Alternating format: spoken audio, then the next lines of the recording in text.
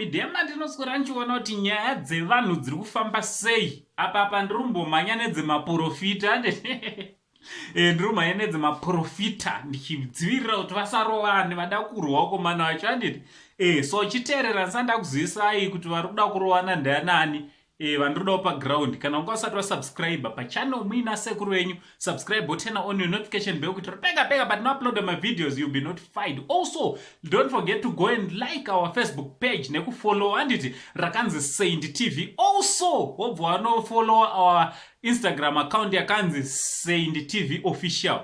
Thanks, zisalute iro. Oh, ndakatoroedza iro zisalute kune vese wakafollowa nekulike anditi vazukuru vasekuru Saint, usaite hasha. Ndini hanzvadzi yamai wako chidiki chacho. Hasha ngadzimire, usagumbuke zvisina basa anditi right. Nyaya ndiri kufamba nayo, Passion Java akabva anyora mashoko awa andaisa panapa.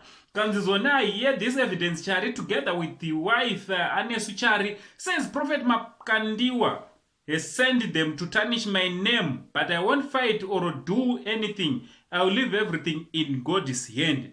God will fight all my battles. Hanzi Chari nemudzimai wake Evidence Chari anoiye the son, spiritual son to Prophet Emmanuel Makandiwa. Nechichona hanzizoni vakatumwa kuti vazosvibidza zita rangu na Passion Java.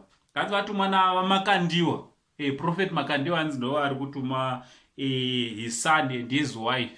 Anditi amen. The Passion Evidence oba akandawo chake zvikanzi you blocked me. Wakandibloka on your page. Coward, I don't fear you. Papa iswa tuma emoji turi kuseka. Hanzi I'm evidence. I come with evidence. Start confessing to the people who sent to you to capture me. Audios who tell the what. I'm a son of one father. Amen. Zvigrenade zvari kuposherana wakomana vacho navaputitsirana zvigrenade.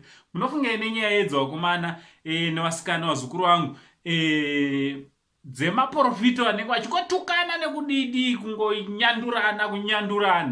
Munofungewo nadzo? Ngataure mumacomments. From Uncle Saint, the only Zimbabwean uncle. Kungonzwa mwana kuti uncle ndini, batai mumurovere pano padare. Chiti my love.